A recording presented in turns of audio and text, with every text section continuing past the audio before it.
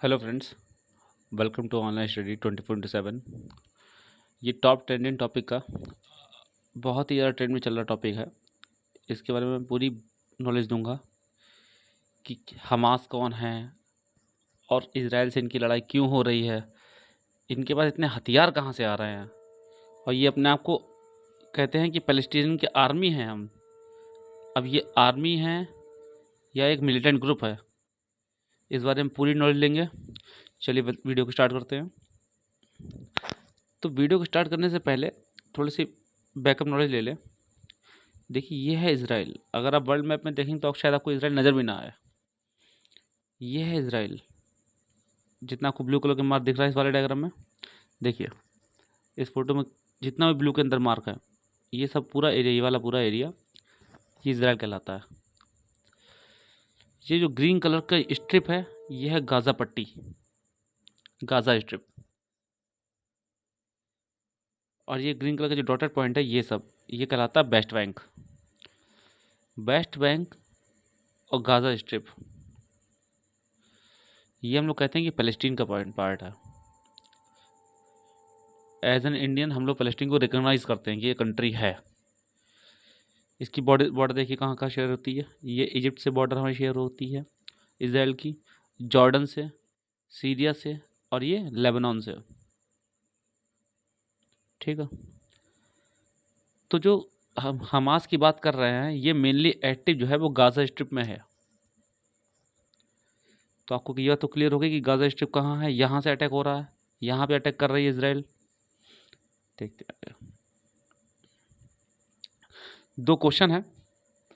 तो पहला क्वेश्चन है, which of the following European country did not designate Hamas as a terrorist. कौन सी यूरोपियन कंट्री ने हमास को टेररिस्ट का दर्जा नहीं दिया है। ऑप्शन है जर्मनी, फ्रांस, यूके, नॉर्वे। इसका अगर आपको आंसर पता है तो कमेंट में ज़रूर कीजिएगा, वीडियो को पॉज करके कमेंट कीजिएगा। नेक्स्ट क्वेश्चन है, which of the following country recognize Israel as a country. इनमें से कौन सी कंट्री इजराइल को एक देश मानती हैं। तो ऑप्शन है Pakistan, Saudi Arabia, Bangladesh, Turkey. इस दोनों क्वेश्चन के आंसर आपको वीडियो के एंड में मिलेंगे। और लेक्चर स्टार्ट करने से पहले, ये हमारा टेलीग्राम पेज है ऑनलाइन स्टडी 24/7 के नाम से। किसी भी वीडियो की लेक्चर की पीडीएफ चाहिए हो या फिर नोटिफिकेशन चाहिए हो तो आपको इसमें मिल जाएगी, और इसका लिंक जो है डिस्क्रिप्शन बॉक्स में दिया हुआ है। हमास, ये हमास का फ्लैग है। कुछ लोग उसको फ़लस्तीन का फ्लैग भी कहते हैं। ये हमास का फ्लैग है। तो हमास की जो हिस्ट्री है, वो हिस्ट्री क्या है कि ये एक फ़लस्तीनियन इस्लामिस्ट पॉलिटिकल ऑर्गेनाइजेशन है। अब मैंने वर्ड यूज़ किया पॉलिटिकल। इनकी अपनी पैरामिलिट्री फ़ोर्स है।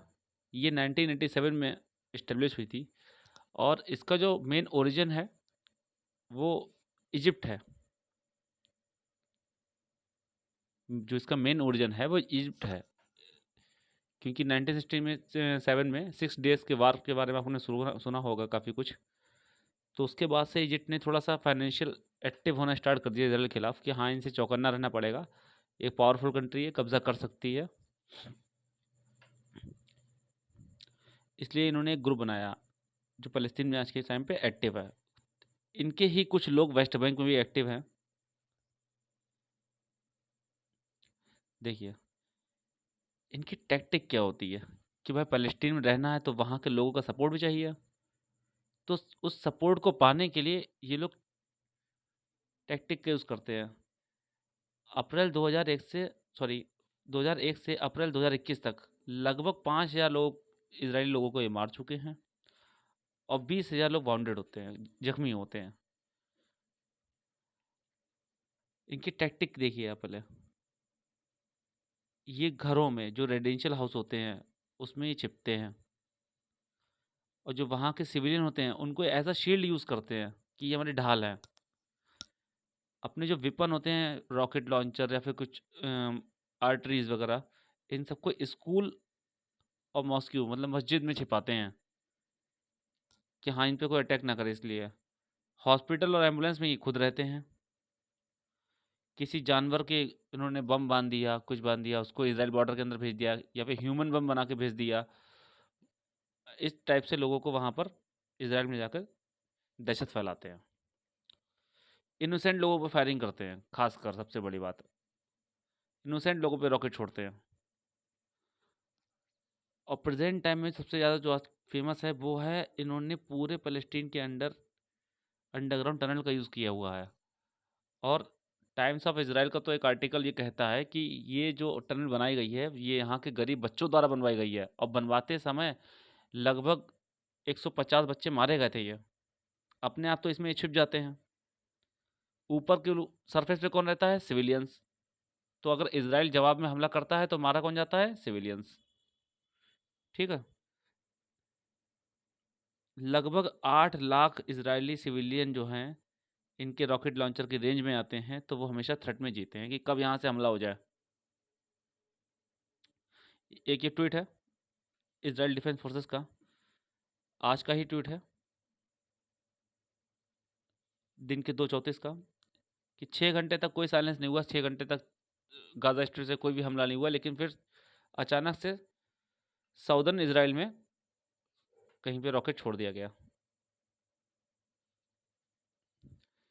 देखिए, हमास के बारे में अगर, जो मैंने टॉपिक का नाम रखा है कि एन आर्मी और अ मिलिटेंट ग्रुप, तो मिलिटेंट ग्रुप के जो जो प्रूफ होते हैं वो कहाँ-कहाँ से दिखते हैं, ये देखें आप। सेकेंड में 2011 को हमास के जो लीडर थे, अच्छा, हमास के जो लीडर हैं वो वहाँ पे पॉलिटिकली बहुत ज़्यादा एक्टिव हैं। तो समझिए वहाँ के लीडर जो हैं वो हमास के ही थे लीडर, प्राइम मिनिस्टर थे, इस्माइल हनी। उन्होंने ओसामा बिन लादेन की हत्या को एक निंदा बताया था, जिसको मारा था यूनाइटेड स्टेट्स ने, और कहा था कि जिहाद ऑर्गेनाइजेशन के फाउंडर, मतलब अल कायदा के फाउंडर, एक ये अरब होली वॉरियर थे। इन्होंने ओसामा बिन लादेन को अरब होली वॉरियर बोला है। सन 2011 के हमास के जो लीडर थे, वो उस टाइम पे फ़लस्तीन के प्राइम मिनिस्टर कहलाए। बहुत ही ज़्यादा पॉलिटिकली एक्टिव है पार्टी ये। अब जो पार्टी पॉलिटिकल एक्टिव होगी, वो जैसा काम करेगी। ऐसा क्या हो सकता है?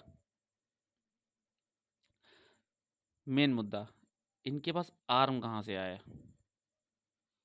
इनके पास जो आर्म आते हैं, हथियार आते हैं, ये देखिए, सबके पास लाइन से रॉकेट लॉन्चर है। इससे लोग सिविलियंस को करते हैं।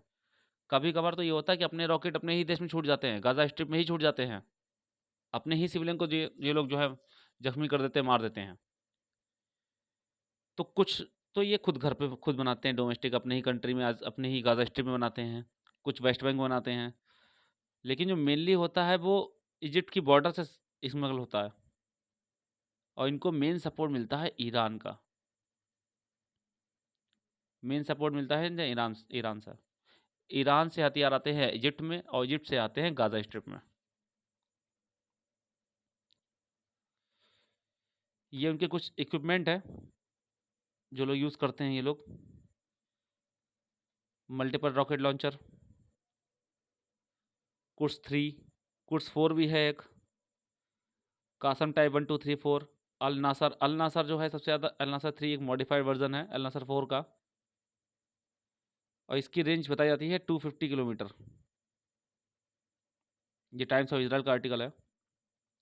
13 में 2021 का एक रॉकेट छोड़ा गया था जिसकी रेंज 250 किलोमीटर पाई गई थी। इसका मतलब 250 किलोमीटर के रेंज के जितने भी सिविलियन होंगे वो हमेशा थ्रेट में जीते हैं कि कब गाज़ा स्ट्रिप से रॉकेट छोड़ दिया जाए, क्योंकि अचानक से रॉकेट छोड़ देते हैं। एज अ कंट्री अगर हम बात करते हैं, इससे पहले मैं एक चीज़ बता दूं आपको कि पैसा कहाँ से आता है इनके पास है। तो 1993 के बाद से 9 to 10 billion 9 to 10 billion US dollar इनको एज अ एड मिलता है। और सबसे ज़्यादा जो एड देता था वो देता था फ्रांस, अकेले देता था 3 बिलियन। पैलेस्टीन को एज अ एड कि हाँ आप डेवलप करो, आप एक कंट्री की तरह सर्वाइव करो ह्यूमन राइट्स के बारे में।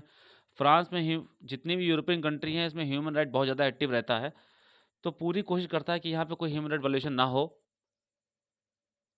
कोई भी ऐसी एक्टिविटी नहीं होनी चाहिए। इसलिए ये सब कंट्री क्या देती हैं, इनको एड देती हैं। एड देने वाली जो कंट्री हैं वो यूएस,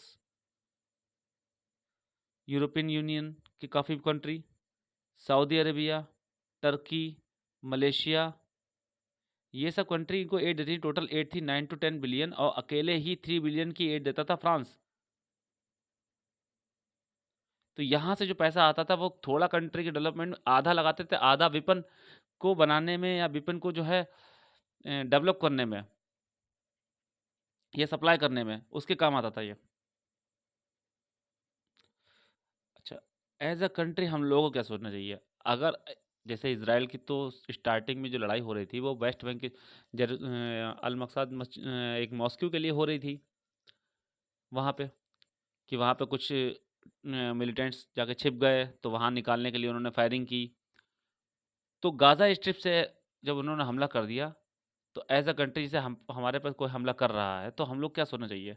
तो ये 2008 की बराक ओबामा की एक कोट है, इसको मैंने लिया है कि if somebody was sending rockets into my house where my two daughters sleep at night, I am going to do everything in my power to stop that, and I would expect Israelis to do the same thing. कि अगर मैं इस रात में सो रहा हूँ और कोई मेरे घर पे हमला करता है तो मेरी जहाँ मेरी 2 बेटियाँ सो रही हैं, तो मैं कुछ भी करूँगा उन्हें रोकने के लिए, और इजरायली को भी यही करना चाहिए। ये बराक ओबामा की कोट है 2008 की, क्योंकि 2008 तक बहुत बड़े-बड़े इनके रॉकेट लॉन्चर छोड़ चुके थे। अभी रिसेंटली मैंने सुना था कि 2 दिन के अंदर अब अराउंड 2000 रॉकेट छोड़ दिए गए थे। और ये छोड़ते कहाँ पे हैं? तल अवीव जो सिटी है। तो ये हमारा खुद का ओपिनियन होना चाहिए कि हमें किसका सपोर्ट करना है, किसका सपोर्ट नहीं करना है। इंडिया की डिप्लोमेसी यहाँ पे बहुत ज़्यादा कंप्रोमाइज़ रहती है, क्योंकि मुस्लिम कंट्रीज़ फ़लस्तीन का सपोर्ट करती हैं। हमारे मुस्लिम कंट्रीज़ से बहुत ही ज़्यादा अच्छे संबंध हैं, जैसे Saudi Arabia, Kuwait, Iraq, Iran, Oman, Bahrain, इन सबसे हमारे अच्छे संबंध हैं। तो इसीलिए हम कंप्रोमाइज़ करना रहता है कि हाँ, ज़्यादा इज़राइल के मैटर पे हम कमेंट नहीं करते। तो आप हमास की हिस्ट्री समझ गए हैं थोड़ी बहुत।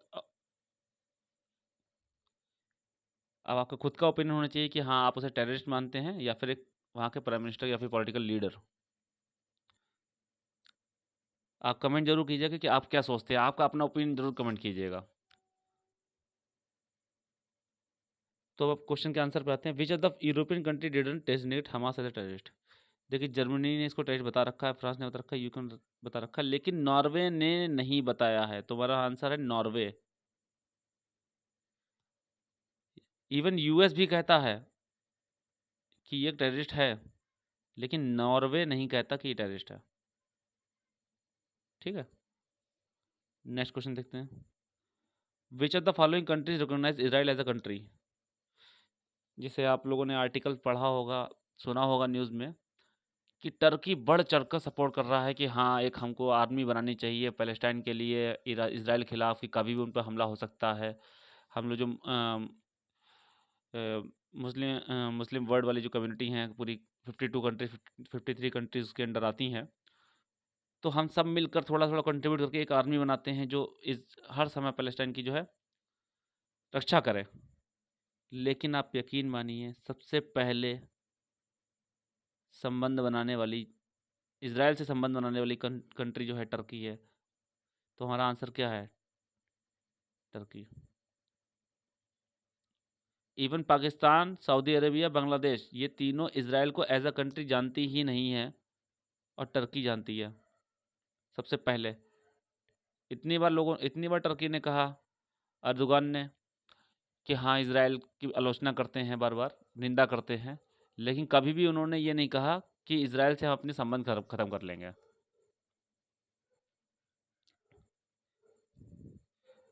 इसी के साथ अपना वीडियो का एंड करते हैं। काफ़ी कुछ आपको जानने को मिला होगा इसमें, और अपना ओपिनियन ज़रूर कमेंट करें। Thanks to all.